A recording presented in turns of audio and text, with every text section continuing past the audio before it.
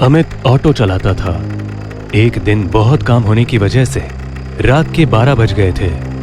अमित घर वापस जा रहा था, तभी रास्ते में अमित को एक सुंदर लड़की दिखाई दी। रुको रुको भैया, रुको। अरे मैडम, आप इतनी रात को इस सुनसान जंगल में क्या कर रही हैं? भैया, मैं इस जगह किसी को जानती नहीं हूँ, यहाँ पर नहीं आई हूँ। कहाँ जाना है आपको? वो उसे एक पर्ची देते हुए कहती है, मुझे इस पते पर जाना है। ठीक है मैडम। अमित अपना ऑटो चला ही रहा था कि उसका ध्यान शीशे पर पड़ता है। शीशे में रूपा का असली चेहरा दिख रहा था। रूपा एक चुड़ैल थी। हे भगवान, ये क्या मुसीबत आ गई है? ये लड़की तो एक चुड़ैल है। भगवान मेरी रक्षा करे, मुझे बचा ले। भैया बस ऑटो रोक दीजिए, मुझे यही जाना है। हे भगवान रक्षा कर, भगवान रक्षा कर। कितने पैसे हुए? अमित बिना पैसे लिए डर के मारे ऑटो को पूरी तेजी से अपने घर चला जाता है। बिना खाए पिए अमित सो जाता है। सुबह जब उठता है, रात को क्या हुआ था जी? भूत देख लिए थे का? तुम्हें कैसे पता? अरे मैं तो मजाक कर रही हूँ। आप सीधे आए और कुछ बोले भी नहीं, खाना भी नहीं खाए और बस जाके सो गए। मुझे कुछ याद नहीं है। अमित और कमला आपस में बात कर ही रहे थे कि तभी रूपा दरवाजा खटखटाती है। क्या मैं अंदर आ सकती हूँ? रूपा को देखकर अमित के पसीने छूटने लगते हैं। आइए, अंदर आइए, आइए। इस मोहल्ले में मैं नहीं हूँ। भैया कल मुझसे पैसे लिए बिना ही वहाँ से चले गए। कोई बात नहीं। क्या हुआ था जी? आपके इतने पसीने क्यों छूट रहे हैं? गर्मी बहुत ज्यादा है ना, शायद इसलिए। हाँ हाँ। रूपा पैसे देकर चली जाती है। अमित और कमला आपस में बात करने लगते हैं। आपकी तबीयत ठीक है ना? तुम उस लड़की से दूर रहना, इसी में हमारी भलाई है। अरे ये क्या बोल रहे हैं जी आप? अमित काम करने चला जाता है। कमला रूपा से मिलने जाती है। अरे दीदी, आप यहाँ? हाँ, मैं सोची तुम नहीं आई हो, अकेले सामान की व्यवस्था नहीं कर पाओगी, इसलिए मैं यहाँ तुम्हारी मदद करने के लिए चली आई। बहुत अच्छा किया। वैसे आपका नाम क्या है? मेरा नाम कमला है। और तुम्हारा? मेरा नाम रूपा है। वैसे भैया बहुत अच्छे हैं, उन्होंने रात में मेरी मदद की थी। रूपा नाम बहुत अच्छा है। किसी चीज की मदद की जरूरत हो तो हमें जरूर बताना। कमला को वहां बहुत अजीब सी गंध महसूस होती है और वो घर आ जाती है। रात हो जाती है। अमित और कमला सो रहे होते हैं। तभी कमला को अजीब सी डरावनी आवाज सुनाई देती है। कमला खिड़की से बाहर झांक के देखती है तो उसे चुड़ैल दिखाई देती है। चुड़ैल? चुड़ैल? नहीं छोड़ूंगी, नहीं छोड़ूंगी। उठिए जी, अजी उठिए, देखिए ना बाहर कौन है। चुड़ैल, मुझे पता था यही होगा। अब कोई नहीं बचेगा, हम सब मारे जाएंगे। क्या पता था आपको? हाँ? कुछ नहीं, चुपचाप सो जाओ। दोनों सो जाते हैं। सुबह उठते ही अमित मोहल्ले के सरदार से बात करने चला जाता है। सरदार के साथ अमित का दोस्त सुमित भी होता है। अमित, क्या बात है? बहुत डरे हुए हो? सरदार जी, हमें कुछ करना होगा। हुआ क्या है? पहले बताओगे तब ना। हमारे मोहल्ले में चुड़ैल रहती है। कल रात मैं और मेरी पत्नी कमला दोनों ने उस चुड़ैल को देखा। चुड़ैल कुछ बोल रही थी? हाँ, बोली रात में जिसे देख लूंगी उसे छोड़ूंगी नहीं। तुमने जरूर कोई सपना देखा होगा। अरे हमारे मोहल्ले में कोई चुड़ैल नहीं है। सरदार वहां से चला जाता है। अमित और सुमित आपस में बात करने लगते हैं। अमित, हमारे मोहल्ले में एक नई लड़की आई हुई है, बहुत सुंदर है, वो हमें बहुत पसंद है। सुमित, तुम दूर रहना उस लड़की से। क्या हुआ, ऐसे क्यों बोल रहे हो? क्योंकि वही लड़की चुड़ैल है। तुम भी गजब का मजाक करते हो। मत करो विश्वास मेरी बातों पर, एक दिन पछताओगे। एक दिन सरदार रास्ते में जा रहा था तो सामने से रूपा को आते देख रुक जाता है। तो तुम ही हो नई लड़की? हाँ, लेकिन आप कौन हो? मैं इस मोहल्ले का सरदार हूँ। अच्छा, तो आप हैं सरदार जी। आपको यहाँ किसी प्रकार की मदद चाहिए तो हमें बता देना। मदद? वो तो तुझे चाहिए होगी आज। कुछ कहा आपने? कुछ नहीं, आज रात आप मेरे घर आइए खाना खाने। रात हो जाती है। अमित और उसकी पत्नी कमला सो नहीं पाते हैं। उन दोनों को अजीब अजीब सी आवाज सुनाई देती है। तभी अमित को बाहर सरदार दिखाई देता है। ये सरदार अकेले इतनी रात को बाहर क्या कर रहा है? होगा कुछ काम, करने दीजिए ना उसे। आज सरदार चुड़ैल के हाथों नहीं बचेगा। तभी रूपा सरदार के पास आती है। अब ये रूपा सरदार के पास क्यों आई है? उसी वक्त रूपा चुड़ैल में बदल जाती है। हे भगवान, रूपा ही चुड़ैल है। कमला छिपकर देख रही होती है। तभी चुड़ैल सरदार का गला पकड़ के हवा में उठा देती है। तुम्हारी इतनी हिम्मत कि तुम मेरे सामने आओगे? मुझे माफ कर दो, मुझसे गलती हो गई, मुझे जाने दो। हाँ, मैं तुम्हें छोड़ दूंगी हमेशा हमेशा के लिए। चुड़ैल सरदार का खून चूस चूस के मार देती है। ये सब देख अमित और कमला बहुत डर जाते हैं। सुबह दोनों आपस में बात करने लगते हैं। अब हम लोगों का क्या होगा? ये रूपा ऐसे ही हम सबको एक एक करके मार देगी जी। अब भगवान ही बचाएगा हम सबको। हम लोग ना इस जगह को हमेशा के लिए छोड़कर चले जाते हैं। हाँ, ये ठीक रहेगा। मैं आज कुछ पैसे उधार लेकर आता हूँ। कल हम लोग इस मोहल्ले को हमेशा के लिए छोड़कर चले जाएंगे। अमित काम के लिए चला जाता है। कमला घर में अकेली होती है। तभी रूपा वहां आती है। मेरे घर में चीनी खत्म हो गई है, क्या थोड़ी सी चीनी मिलेगी? आज ये चुड़ैल मुझे मार देगी, मेरा खून पी जाएगी। दीदी, दीदी, किस सोच में पड़ गई आप? कुछ नहीं रूपा।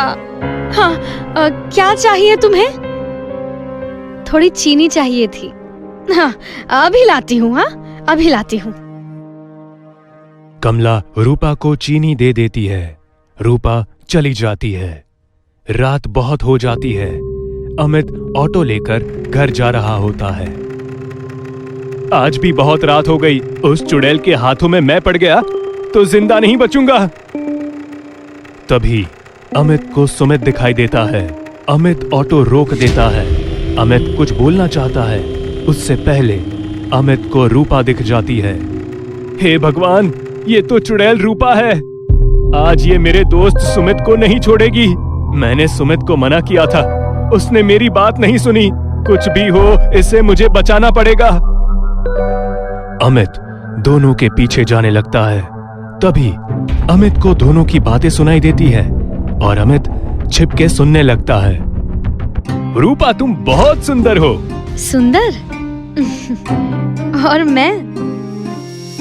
ये कहकर रूपा चुड़ैल बन जाती है। चुड़ैल! अब कैसी लगी मैं तुझे? हाँ? हूँ ना सुंदर? हूँ ना सुंदर? मुझे छोड़ दो, बचाओ, बचाओ! अमित कुछ कर पाता उससे पहले ही चुड़ैल सुमित का गला तोड़ देती है और उसका खून पीने लगती है। अमित ये सब देखकर डर के मारे जल्दी से ऑटो लेकर घर चला जाता है। क्या हुआ जी, इतनी देर कहाँ कर दी? हाँ, और इतने डरे हुए क्यों लग रहे हो आप? कमला, उस चुड़ैल ने सुमित को मेरे सामने मार दिया। मैं वहीं था, सब देख रहा था, लेकिन कुछ नहीं कर पाया। क्या? सुमित को मार दिया चुड़ैल ने? हाँ, अब इस चुड़ैल का कुछ करना होगा, नहीं तो हम में से कोई जिंदा नहीं बचेगा। मैं एक बाबा को जानती हूँ, वो हमारी मदद जरूर करेंगे। अमित और कमला सुबह होते ही बाबा के पास चले जाते हैं और बाबा को पूरी घटना के बारे में बताते हैं। बेटा, हम तुम्हारे दोस्तों को तो वापस नहीं ला सकते, लेकिन उस चुड़ैल को हम छोड़ेंगे नहीं। अब एक भी जान नहीं जाएगी। बाबा, कृपया कुछ कीजिए। इसका समाधान है, हम जो बोलेंगे बस तुम लोग उतना करके रखना। हम कल तुम्हारे घर आएंगे। आप बताइए, हमें क्या करना होगा? बहुत सारी लकड़ियों को इकट्ठा करके रखना और किसी को मत बताना कि ये सब हमने तुमसे कहा है करने को। अमित कमला घर वापस आ जाते हैं। जैसे बाबा ने बताया होता है वैसे ही अमित बहुत सारी लकड़ियों को इकट्ठा करके रख देता है। शाम हो जाती है, फिर बाबा वहां आते हैं। नमस्कार बाबा। सदा खुश रहो बेटे। लकड़ियों का इंतजाम हो गया? जी बाबा, हो गया। रात हो जाती है, बाबा पूजा करने लगते हैं। तभी रूपा चुड़ैल बनकर बाहर आती है। किसकी इतनी हिम्मत, जिसने मुझे बुलाया? आज मैं उसका खून पी जाऊंगी। मेरी हिम्मत हुई। आज तेरा आखिरी दिन है, तो बता तेरी कोई आखिरी इच्छा?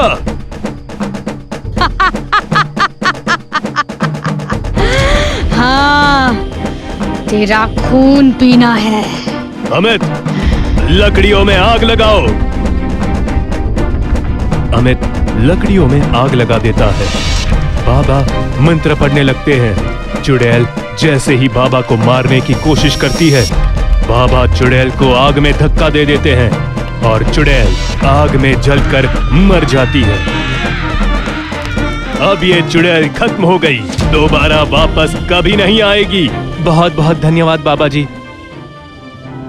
उस दिन के बाद चुड़ैल दोबारा कभी नहीं आई। अमित और कमला खुशी खुशी रहने लगे।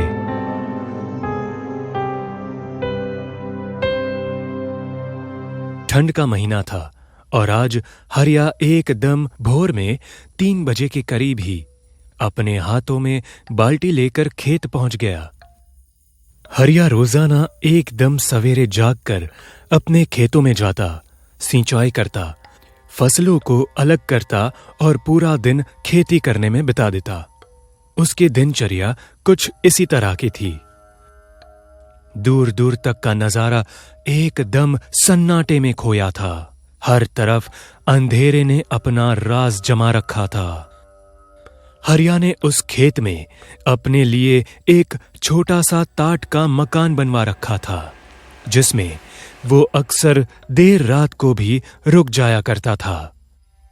उसने उस मकान के उस छोटे से बल्ब को जैसे ही जलाया, हरिया की नजर उससे 200 मीटर की दूरी पर खड़ी एक औरत पर पड़ी, जो खेत के बीचों बीच गहरा खड्डा खोद रही थी। एक औरत को इस तरह अपने खेत में गड्ढा खोदते देखकर हरिया को गुस्सा तो बहुत आया, लेकिन अगले ही पल उसके दिमाग में यह ख्याल भी आया कि आखिर इतने अंधेरे में कोई औरत इस हालत में खेतों में क्या कर रही है। गांव वाले इन सब बातों पर गहन चिंतन करने में माहिर होते हैं। हरिया एक पल में समझ गया कि दाल में जरूर कुछ काला है। यही सोचकर हरिया उस औरत के एकदम करीब चला जाता है और उसे तिरछी निगाहों से घूरने लगता है, जिससे कम से कम उसे ये पता चल सके कि ये उसके गांव की ही कोई औरत है या कोई बहरूपिया है।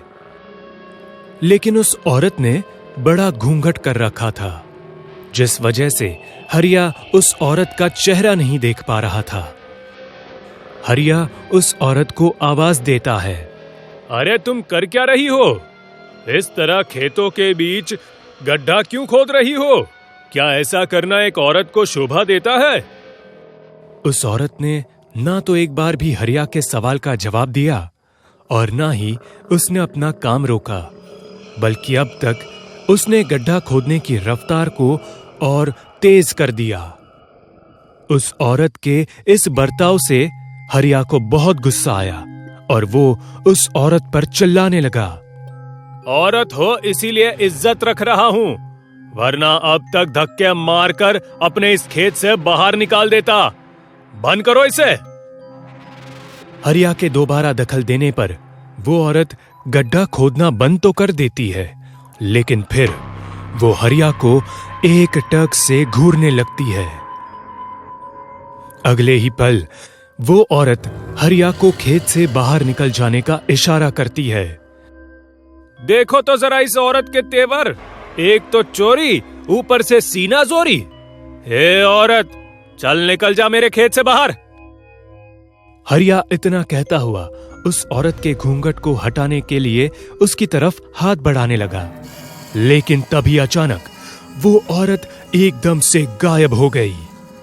2 पल पहले हरिया जिस औरत पर चिल्ला रहा था, अगले ही पल उस औरत का बहती हवाओं में एकदम से गायब हो जाना किसी बहुत बड़े खतरे की तरफ इशारा कर रहा था। बाप रे, ये मैंने किससे पंगा ले लिया? ये तो कोई भूतनी थी।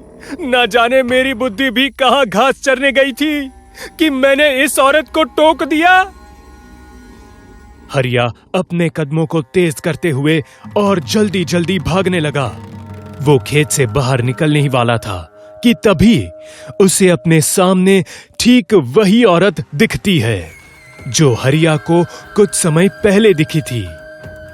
हरिया उसे देखकर अपने कदम पीछे ले लेता है। वो औरत धीरे धीरे हरिया के करीब बढ़ने लगती है। हरिया एकदम घबरा जाता है। तभी वो औरत अपना घूंघट उठाती है। उसका चेहरा देखकर हरिया के पसीने छूटने लगते हैं। लाल आंखें, आंखों से टपकता खून, डरावनी शक्ल और लटकती हुई जीभ। उस औरत का ये रूप देखकर हरिया फिसलकर जमीन पर गिर पड़ा। बाप रे, ये औरत तो डायन है। मुझे छोड़ दो, मुझे मत मारो, मेरी बीवी और बच्चे हैं। परिवार तो मेरा भी था, लेकिन याद है इसी खेत में आज से 5 साल पहले तुम गांव वालों ने मेरे परिवार को दफना दिया। आज जब मैं इस खेत में आजाद हुई तो सबसे पहले मैंने अपने बच्चों की कब्र को खोदना शुरू किया, जिससे कि मैं उन्हें जिंदा कर सकूं। लेकिन तू बेरहम इंसान, मुझे तो वो भी ठीक से करने नहीं दे रहा है। अब तेरा मरना तय है। मुझे माफ कर दो, मुझे बख्श दो। मैं गांव में किसी को नहीं बताऊंगा कि तुम वापस आ गई हो। इतना कहकर हरिया खेतों से बाहर की तरफ भागने लगता है, लेकिन तभी वो डायन हरिया के पीठ पर झपटती है और उसे अपने साथ जमीन के अंदर खींचने लगती है, ठीक उसी तरह जैसे कोई जिंदा शख्स को जमीन में दफनाया जाता है।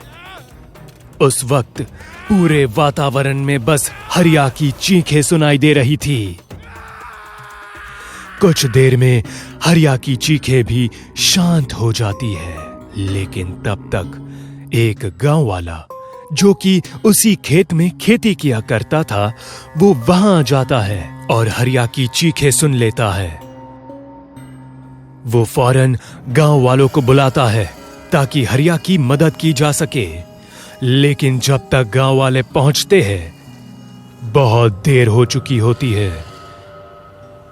कुछ गांव वाले खेत को देखकर थोड़े घबरा जाते हैं, लेकिन हरिया को उस खेत से बाहर निकालने के लिए वो लोग धीरे धीरे उस खेत के करीब जाने लगते हैं। वो सभी मन ही मन डरे हुए तो जरूर थे, लेकिन फिर भी वो सभी खेत की खुदाई शुरू करते हैं। तभी खेत के भीतर से एक औरत की डरावनी आवाज आती है। भाग जाओ यहाँ से, चले जाओ। इससे पहले कि गांव वाले कुछ सोच पाते या कर पाते, वो भयानक डायन उस खेत से निकलती है और खेत में दाखिल हुए सभी गांव वालों को एक झटके में पाताल में खींच लेती है और सबकी भयानक चीखों के साथ ये किस्सा यहीं खत्म हो जाता है। आगे कई दिनों तक इस घटना का जिक्र गांव में बराबर होता रहा है। गांव वालों का कहना है कि उस घटना के बाद कभी भी गांव के उस खेत में खेती नहीं हो सकी, बल्कि पूरी जमीन बंजर बन गई। सालों पहले किसी औरत को अपने 2 बच्चों के साथ उस खेत में बैठकर तंत्र साधना करते हुए देखा गया था, जो गांव के मासूम लोगों की बलि देती थी। इसी वजह से एक दिन मौका पाकर जब वो औरत अपनी साधना में व्यस्त थी, गांव वालों ने किसी तांत्रिक की मदद से उसके दोनों बच्चों को चुरा लिया और बड़े गुप्त तरीके से खेत में ही उन्हें जिंदा दफना दिया। इसके बाद गांव वालों ने उस औरत को भी बांध दिया और उसी खेत में दफना दिया और 5 साल बाद उसी खेत से वही औरत डायन बनकर निकली और आज वो डायन उसी खेत में वास करती है। वो उस खेत में कैद हो चुकी है, जिस वजह से उस खेत से बाहर नहीं आ सकती। लेकिन इतिहास गवाह है, जो भी उस खेत के करीब गया है कभी वापस नहीं लौटा है। अरे गांव वालों, क्या तुम लोगों को उस माया का खौफ नहीं? आज अमावस्या है, वो जरूर निकलेगी। अरे ओ काशी, काहे इतना परेशान हुए हो? कोई आफत आने वाली है क्या? अरे थोड़ी धीरज रखो सरकार। क्या तुम लोग भूल गए 1 साल पहले इस गांव में क्या कुछ घटा था? क्या तुम सब में उस घटना का जरा भी खौफ नहीं है? अरे मालिक, क्यों आप दुखती रग पर हाथ रख रहे हो? जो बीत गया उसे याद करके क्या मतलब है? तुम सबका दिमाग खराब हो गया है। तुम लोगों ने जो उसके साथ किया, वो उसका बदला लेने जरूर आएगी। ओह अच्छा, तो तुम उस डायन की बात कर रहे हो जिसे गांव वालों ने पीपल के झाड़ से लटका कर जला दिया था? हाँ विनोद बाबू, तुम एकदम ठीक पकड़े। मैं उसकी ही बात कर रहा हूँ। लेकिन आज अचानक 1 साल बाद तुम उस बीती हुई बात का जिक्र क्यों कर रहे हो? उस डायन की कहानी तो वहीं खत्म हो गई जब गांव वालों ने उसे जला दिया। लेकिन क्या तुम्हें इसके बाद का वो भयानक वाकया याद है, जब उस डायन ने ये श्राप देते हुए कहा था कि वो जरूर आएगी? इससे भी ज्यादा डरावनी बात तो ये है कि जिन लोगों ने उस डायन को जलते हुए देख लिया था, वो फिर दोबारा कभी भी अपनी खुली आंखों से देखने लायक नहीं बचे थे। उस डायन की मौत देखने वाले हर शख्स की आंखों की रोशनी चली गई थी। अरे बाबा, लेकिन उन बातों को आज 1 साल बाद दोबारा दोहराने की क्या जरूरत आन पड़ी? मैं तुम सबको और गांव वालों को वो वाकया दोबारा याद दिला रहा हूँ, क्योंकि उस डायन का दिखना इस गांव में फिर से शुरू हो चुका है। परसों रात बद्री के घर से उसका 9 महीने का बच्चा गायब हो गया, और पिछली रात कोई उसी बच्चे को बद्री की छत पर ही छोड़ गया। जांचने पर पता चला कि वो बच्चा मर चुका था और उसके पूरे जिस्म में खून का एक कतरा भी मौजूद नहीं था। अरे तुम कहना क्या चाहते हो काशी? क्या तुम इसका इशारा उसी डायन की तरफ तो नहीं कर रहे? मैं बिल्कुल वही इशारा कर रहा हूँ, क्योंकि बीते 2-3 हफ्तों से छोटे बच्चे फिर से गायब होने लगे हैं। ऐसे में उस डायन पर शक किया जा सकता है। लेकिन जब गांव वालों ने उस डायन का अस्तित्व ही खत्म कर दिया, तो फिर वो डायन दोबारा कैसे आएगी?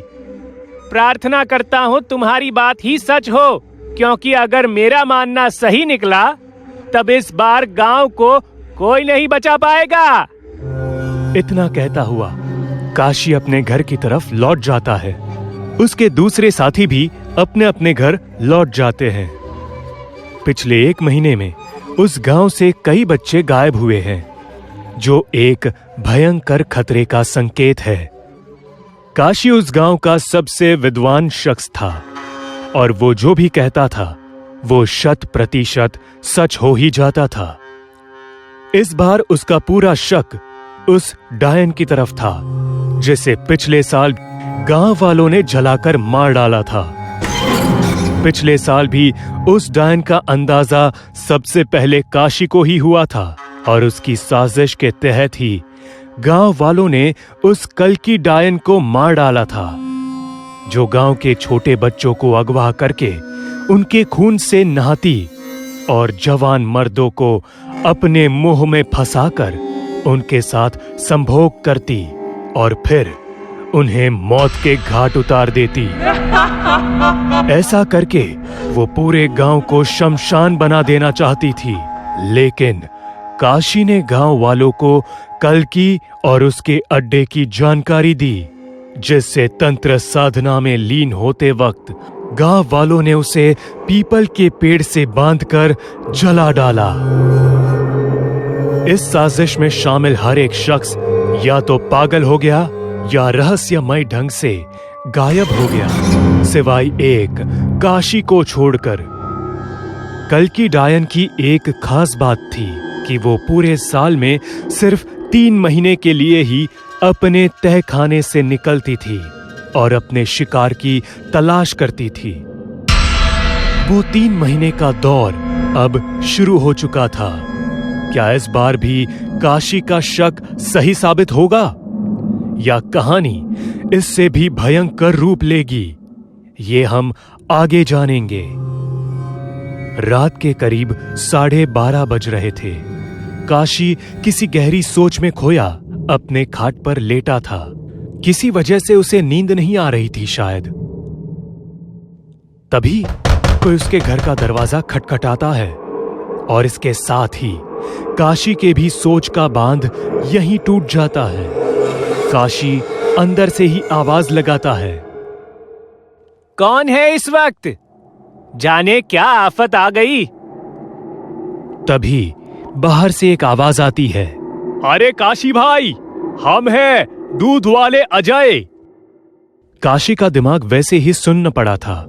वो बिना कुछ सोचे समझे दरवाजे की तरफ बढ़ा और दरवाजा खोला। दरवाजा खोलने के साथ ही काशी पूरे सिर से पैर तक कांपने लगा और उसके रोंगटे खड़े हो गए। काशी हड़बड़ाते और घबराते हुए बोला, तुम कल्कि? लेकिन तुम यहाँ? हाँ, मैं वही हूँ जो तू सोच रहा है। मैं कल्कि हूँ और अपना मकसद पूरा करने आई हूँ, जो बीते साल अधूरा रह गया था। और साथ ही साथ मुझे मेरी जुड़वा बहन का बदला भी तो लेना है। बहन? इसका मतलब हमने जिसे कल्कि डायन समझकर मारा वो तुम नहीं, तुम्हारी हम शक्ल और लिबास में तुम्हारी जुड़वा बहन थी। हाँ, जिसे तुमने कल्कि समझकर मारा वो मेरी जुड़वा बहन थी। तुम निर्दयी लोग हमारे कुटिया के पास पहुंचकर हमें मार देने वाले हो। इसका अंदाजा हमें पहले ही हो चुका था, लेकिन गांव वाले मूर्ख लोग इस बात से बिल्कुल बेखबर थे कि मेरी कोई जुड़वा बहन भी है, और बस इसी बात का पूरा फायदा मैंने और मेरी बहन ने उठाया। मेरी बहन अब तक एक ताकतवर डायन बनी नहीं थी, इसी वजह से वो तुम लोगों के लिए एक कम खतरा थी। मैंने मेरी बहन से वादा किया था उसके मरने के बाद मैं अपनी काली विद्याओं की शक्ति से उसे पुनर्जीवित कर दूंगी। अफसोस मैं नहीं कर पाई, और आज ठीक 1 साल बाद बरसात की पहली बूंद गिरते ही मैं इस गांव में लौट आई, और अगले 3 महीने में इस गांव को मैं पूरी तरह खंडर बना दूंगी। उस डायन की आप बीती सुनने के बाद काशी अब धीरे धीरे पीछे हटने लगा, और वो डायन उसे घूरते हुए उसकी तरफ बढ़ते हुए बोली, अब जब तू मेरी असलियत जान चुका है तो तेरा जिंदा रहना मेरी साजिश के लिए खतरा बन सकता है। और वैसे भी बीते साल तूने ही गांव वालों को हमारे खिलाफ उकसाया था ना, और तेरी वजह से ही मैंने अपनी बहन खोई है। मुझे छोड़ दो, मैं किसी को कुछ नहीं बताऊंगा। मैं आज ही गांव छोड़कर चला जाऊंगा। तो मैं तुझे कैसे छोड़ सकती हूँ? तेरे गांव छोड़ने से मुझे सुकून नहीं मिलेगा, बल्कि तुझे दुनिया छोड़नी होगी। काशी उस डायन से जिंदगी की भीख मांगने लगा, लेकिन उस डायन को इससे कोई फर्क नहीं पड़ने वाला था। वो तेजी से उसकी तरफ बढ़ी और एक झटके में अपने नुकीले नाखूनों को उसके सीने के पार कर दिया और उसके जिस्म से उसका दिल निकाल लिया। अगली सुबह गांव वालों को उस पीपल के पेड़ पर काशी की लाश लटकती मिली, ठीक उसी तरह जिस तरह गांव वालों ने कल्कि की बहन को उस पेड़ से लटकाया था। इस दृश्य को खुली आंखों से देख पाना किसी के लिए भी आसान नहीं था, लेकिन काशी की मौत से गांव वालों को एक बड़े खतरे का संकेत मिल चुका था। गांव वाले इस किस्से पर तरह तरह की टिप्पणियां करने लगे। अरे किशन बाबू, काशी भाई की हालत देखकर तो मुझे भरोसा ही नहीं हो रहा है। अब हम गांव वालों को भी बड़े सावधानी से रहना होगा, वरना न जाने उस डायन का अगला शिकार कौन होगा। इस घटना को बीते 10 दिन गुजर चुके थे और आज 11वीं रात थी। गांव के सुनसान बस्ती में अचानक पायल की खन खन हुई, जिससे कुछ लोगों की नींद खुली, लेकिन कुछ अभी भी गहरी नींद में सो रहे थे। जागे हुए लोग बिस्तर पकड़कर भगवान का नाम जप रहे थे, और वहीं जिसके घर का दरवाजा खुला छूटा था, कल की उस घर में दाखिल होकर वहां मौजूद सभी को जान से मार देती और फिर बड़े सुकून से उनका खून पीने लगती। अगले दिन गांव के खेतों में दिन दहाड़े भयंकर आग लग गई, जिससे बहुत से किसान ने आत्महत्या कर ली, तो कुछ ने गांव छोड़ने का फैसला किया। गांव वालों को पीने का पानी मिलने वाला एकमात्र वो कुआं भी अंदर से जहरीला हो गया। पूरे गांव में मातम का माहौल छा गया। गर्भवती महिलाओं के बच्चे पेट में ही मर गए। गांव वालों ने इस दर्दनाक घटना का पूरा जिम्मेदार उसी डायन को ठहराया और सबने ये मान लिया कि उनके गांव को जरूर किसी की हाय लगी है। यही सोचकर एक सप्ताह में पूरा गांव खाली हो गया। और आज इस खौफनाक किस्से को 11 साल गुजर जाने के बाद भी अगर कोई भूला भटका गलती से उस गांव में जाने की हिमाकत करता है, तब उसे गांव के प्रवेश मोड़ पर काशी की आत्मा दिखाई देती है, जो उन्हें अंदर जाने से रोकती है। लेकिन जो काशी की बातों को नजरअंदाज करके गांव के भीतर एक बार दाखिल हो जाता है, वो कभी दोबारा लौटकर नहीं आता और उसी गांव के भूत या वातावरण में कहीं भटकता रह जाता है।